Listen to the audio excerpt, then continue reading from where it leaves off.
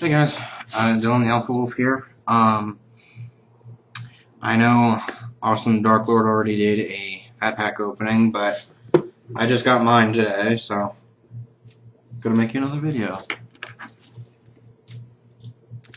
After all, who doesn't enjoy seeing what other people pull, whether it's good or bad, you know? Obviously good is better, but...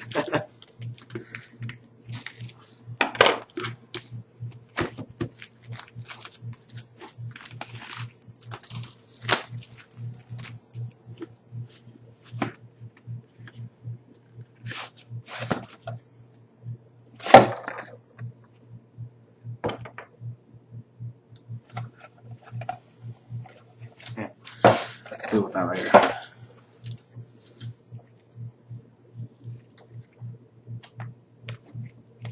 Theros. Okay.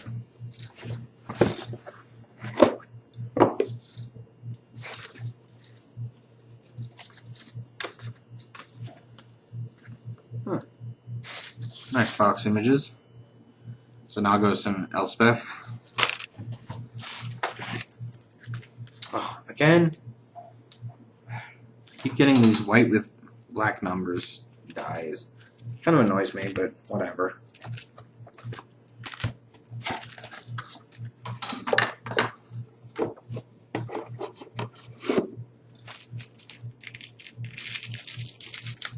Gotcha.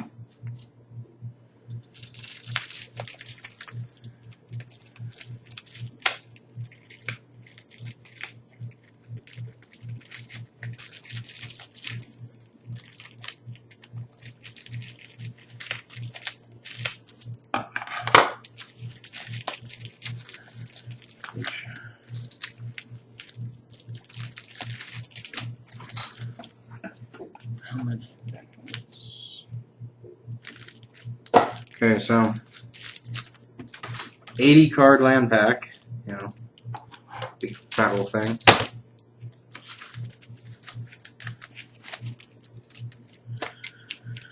First 4 packs.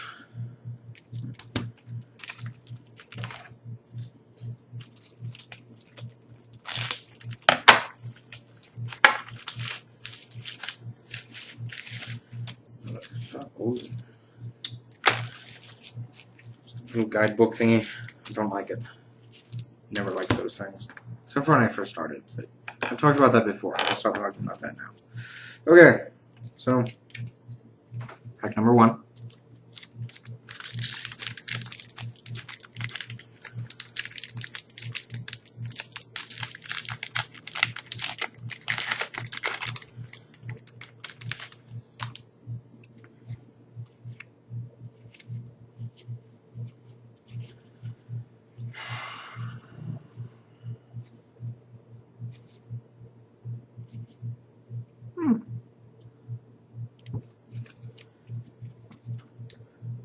Nykthos, Shine to Nyx. Not a bad card. Is it? Ooh. That is nice, actually. Now that I read it. Excuse me. Pack number 2.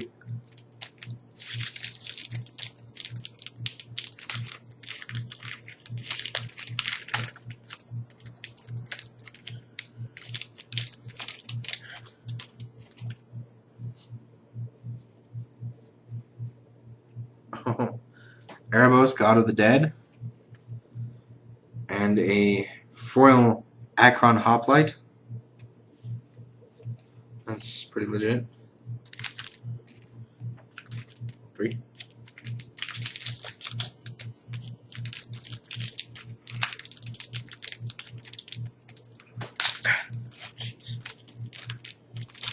Some of these packs are really hard to pop open.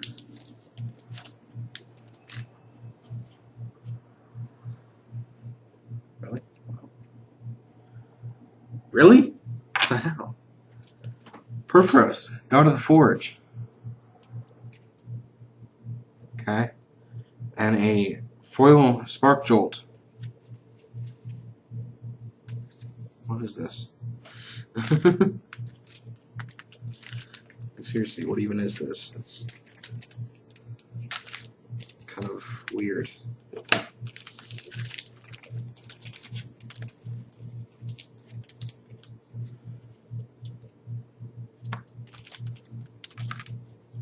I get any more of the gods in this pack, or in this box, I'm going to be real freaked out here. Considering that was 2 in a row, I don't think that should happen.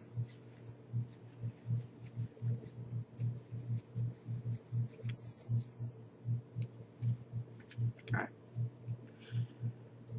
Fleece Mane Lion. Okay.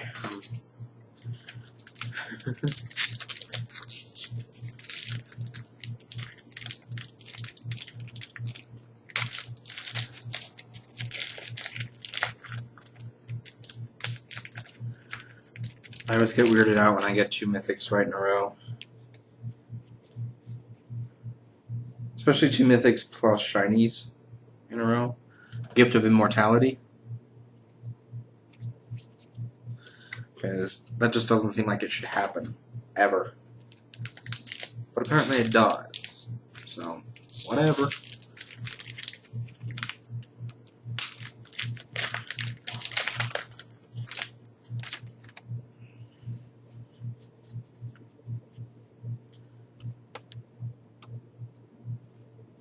Okay. Heliod, God of the Sun. Okay, I'm cool with this, but you know, I'm just glad there wasn't another shiny with that next to Heliod.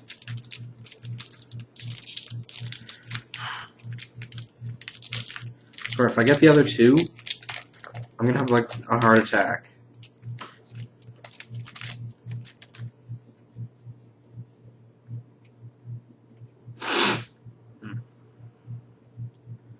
Abhorrent Overlord?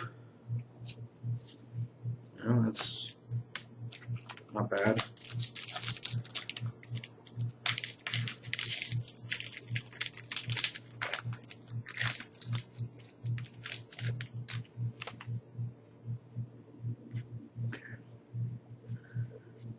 Okay.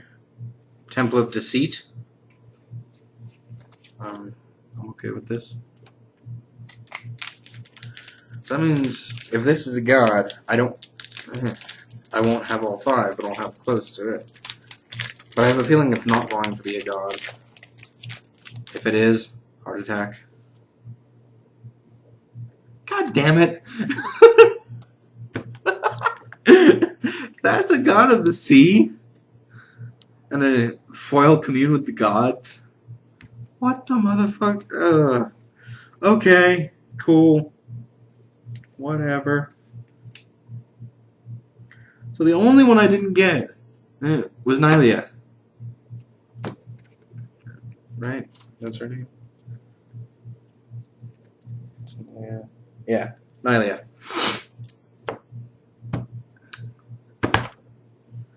Okay. I'm cool with this. I really am. That was weird, to be honest. Yeah. I don't know what to make of that one. Yeah. I am really shocked at that one. So, okay, let's recap here. Okay.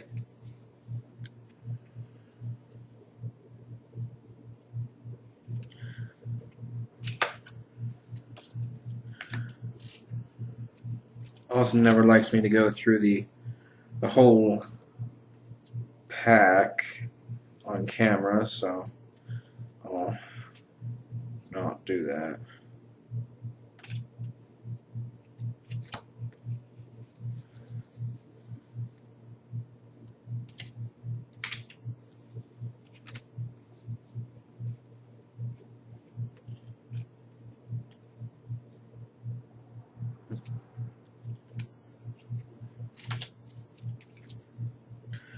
But let me just get everything out here.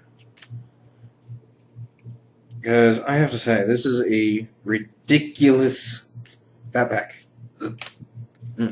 Excuse me. Like, seriously. Shit like this should not happen. Not even fucking kidding.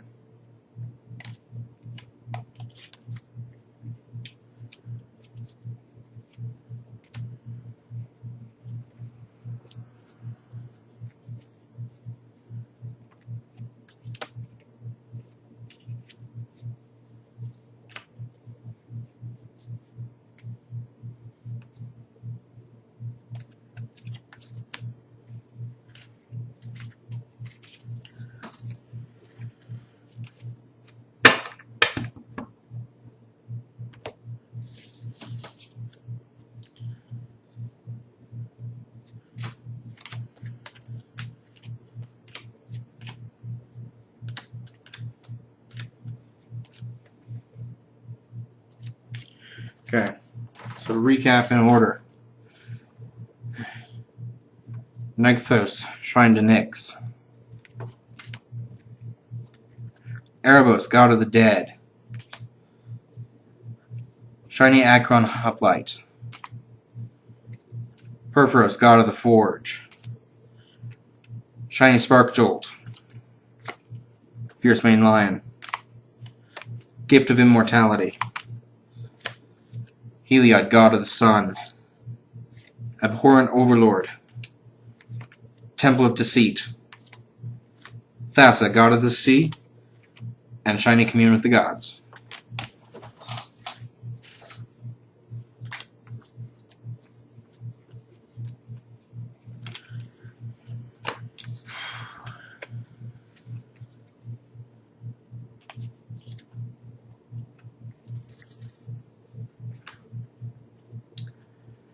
Yeah. About this. Okay. Since I got him, might as well talk about him. Just for the fun of it, you know? So, Heliod, God of the Sun. It's a 1 white, 3 colorless. It's a 5/6. Legendary enchantment creature, God. Indestructible. As long as your devotion to white is less than 5, Heliod isn't a creature. Other creatures you control have vigilance. And if you pay 2 white and 2 colorless, put a 2/1 white cleric enchantment creature token onto the battlefield. Okay. That's not too bad. Not too bad. Thassa, God of the Sea. Blue, 2 colorless, 5/5. Again, legendary enchantment creature, God. Indestructible. As long as your devotion to blue is less than 5, Thassa isn't a creature. At the beginning of your upkeep, scry 1. Pay 1 in blue. Target creature you control can't be blocked this turn. That's real nice. And cheap, too. Erebos, God of the Dead. It's 3 colorless and a black. 5/7. Indestructible. Devotion to black is less than 5, isn't a creature. Your opponents can't gain life. Pay 1 black and 2 life. You draw a card. It's not too bad. Kind of makes sense. Perforos, whatever. God of the Forge. Red and 3. 6/5. Indestructible. Devotion to red is less than 5. Perforos isn't a creature. Whenever another creature enters the battlefield under your control, Perforos deals 2 damage to each opponent. That's real nice.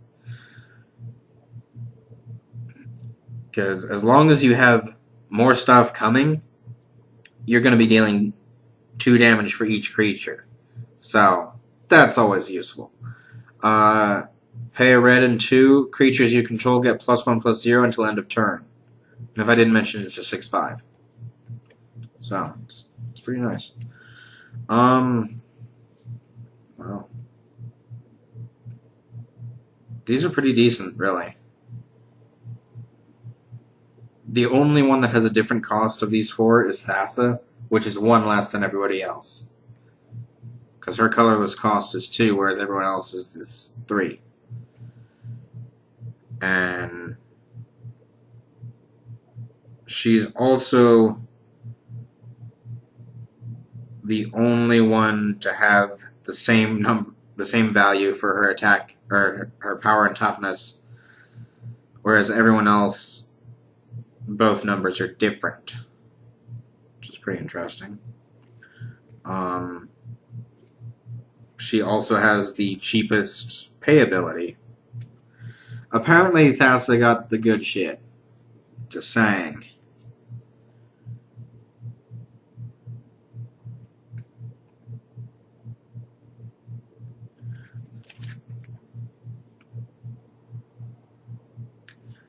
Okay.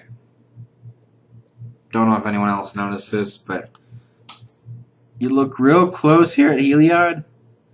He's got the basic ideologies of Zeus, which, makes sense, since Zeus was the head of the Olympians in Greek mythology.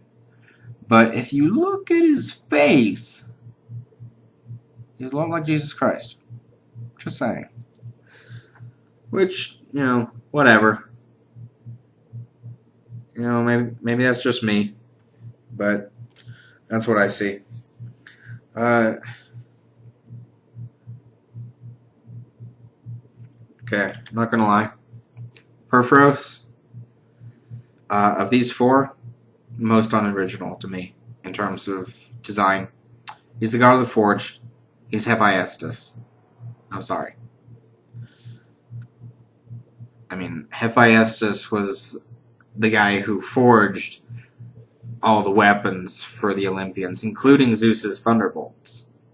So, to have him have the red guy not only have a hammer, which Hephaestus used to forge all the weapons of the Olympians, but also give him a forge?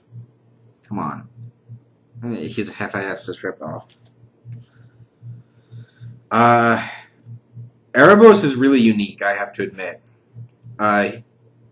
He combines definitely the look of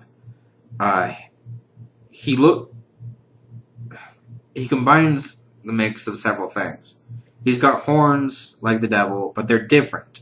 Instead of just being little things pointing out of the head or little things like my ears are, his go out into a funky shape, which I think is cool. He's got the real gray skin like Hades usually is portrayed as, especially recently, like with Disney's Hercules and such. But then if you look towards his midsection, it's very bony, like the Grim Reaper. And then the whip I find interesting. I don't know why. That just seems unlike a god of death. Then again, to me, a god of death is usually associated with just the river Styx and stuff like that, So, I like that they incorporated multiple ideologies of death into Erebos' design. And then Thassa is obviously a mixture between a generic sea serpent and Poseidon. Which, that's fine. They also made it a girl, which is cool. And they used a bident instead of a trident. That, it's still similar, but to me it's different enough to say, okay, that's not too obvious of a ripoff. So, I respect all 4 of these guys, except for Perforos. His ability is nice. I like his ability. I just don't like the way they did his artwork.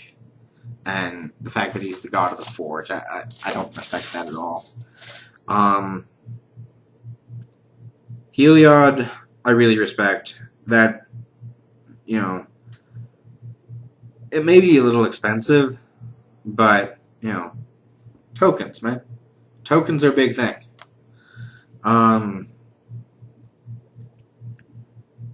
Erebos is nice for shutting down certain opponents. Like, I do know someone who used to run a life gain deck. I don't think he does anymore. Could be wrong. But, you know, if he still did, Erebos, shut it down. Because then he can't gain life. And if I choose to pay the 2 mana and the 2 life, I get to draw a card. I like that. Thassa, at the beginning of your upkeep, scry 1.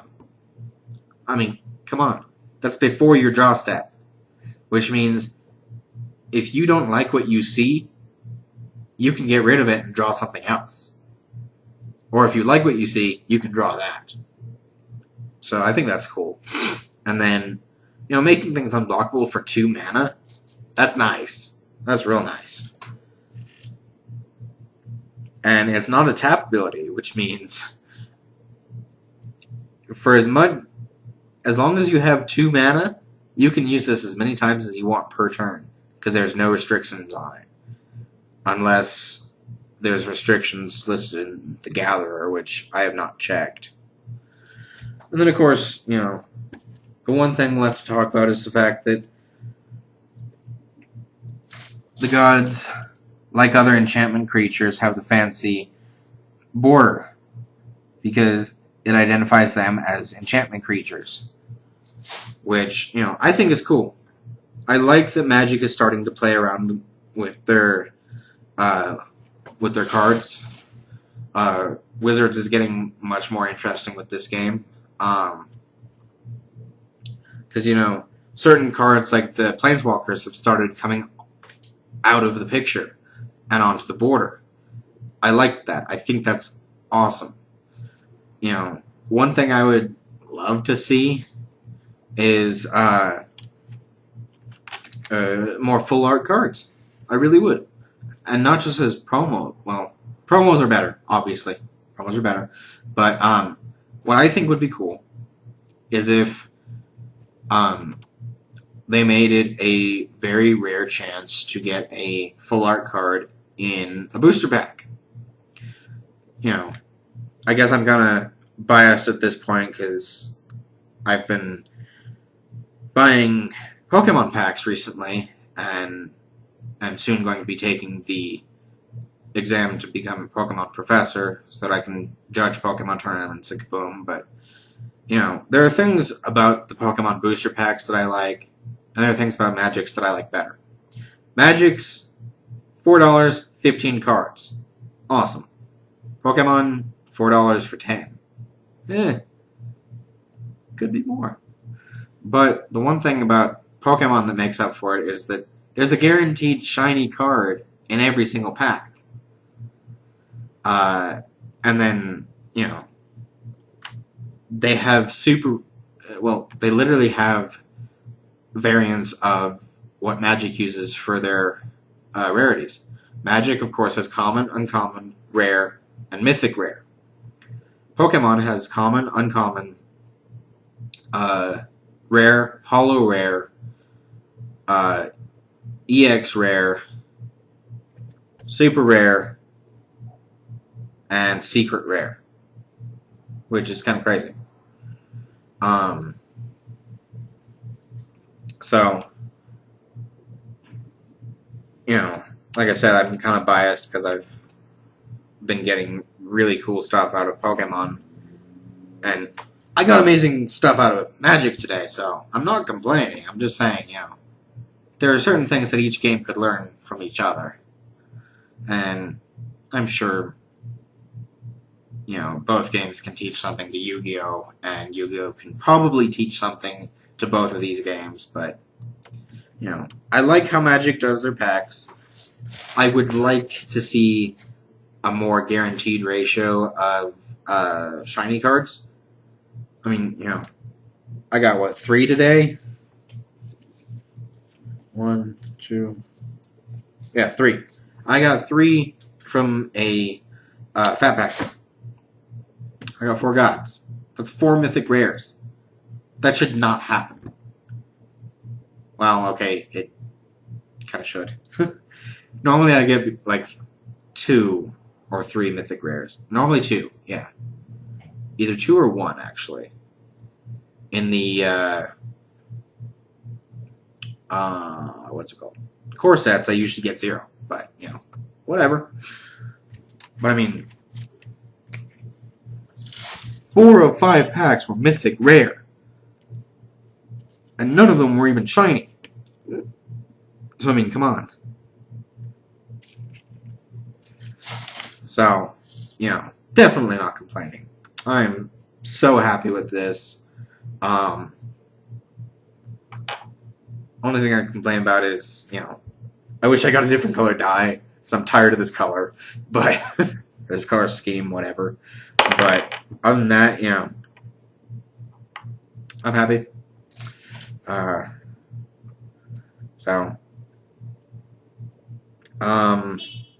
Yeah, that's pretty much it. I just wanted to open this for you and talk about what I got, which, you know, the rest of this is kind of meh. One thing, though, I really like that all of the dual color lands are scry lands.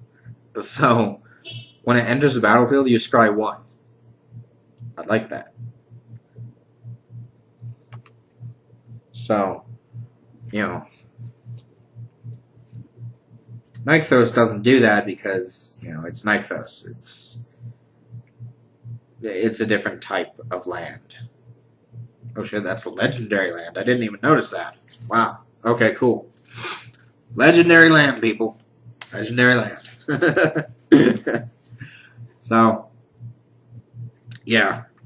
But, you know, but I brought up the shiny thing because I know at least a few people who really, really like shiny cards. And I know at least one person who, one of his decks he tried to make entirely shiny out of just cards that he got through boosters and trades. You know, I think that's awesome. You know, and,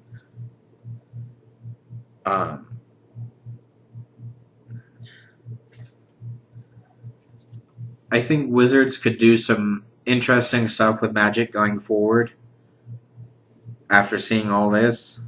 Because, I mean, you know, this is interesting. This enchantment creature stuff. I like it. I really do. But I'm interested to see where they're going. I can't say that it's, you know, going to be amazing because, you know, I'm not part of R&D, but I hope that it's amazing because this is one game that, you know, it's been around for 20 years. I don't think it's going to die anytime soon unless people are just like, they're not doing anything new enough. I don't think that's going to happen. Really do not. So, yeah, that's everything, finally. I talked much longer than I expected to, considering I got done with the actual opening at, like, 10 minutes or something. And now it's 29 and 5 seconds. So, whatever. So, again, that was the Theros Fatback opening.